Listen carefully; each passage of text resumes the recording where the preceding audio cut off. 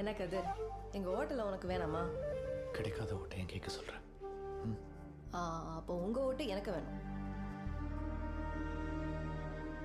தெரியும் சாரா. கதிர், எப்படியும் இந்த எலெக்ஷனில் நீங்கள் ஜெயிக்க போகிறதில்ல. அப்புறம் எதுக்கு இந்த போட்டியெல்லாம்? பேசாமல் நீங்கள் எஸ்எஃப்ஐக்கு வந்துடுங்க.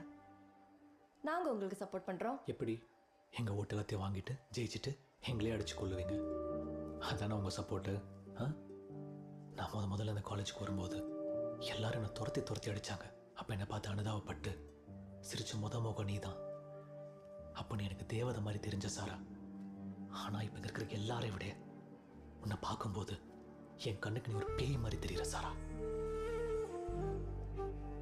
அதுக்கப்புறம் நாங்கள் ஜெயிக்க மாட்டோம்னு நீ சொல்லாத. ஸ்டூடெண்ட்ஸ் முடிவு பண்ணட்டும்.